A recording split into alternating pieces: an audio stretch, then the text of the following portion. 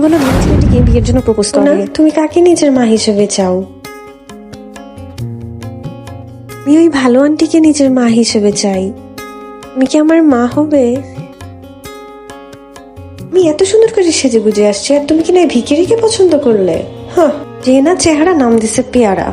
আমি ভাবতাম ধনী ছেলে মেয়েদের চয়েস অনেক বেশি ভালো হয়, কিন্তু ও মা, এখানে তো উল্টা। একদম ঠিক বলেছ। তুমি কেন একে মা হিসেবে চাও? নিশ্চয়ই এর পিছনে কোনো কারণ আছে।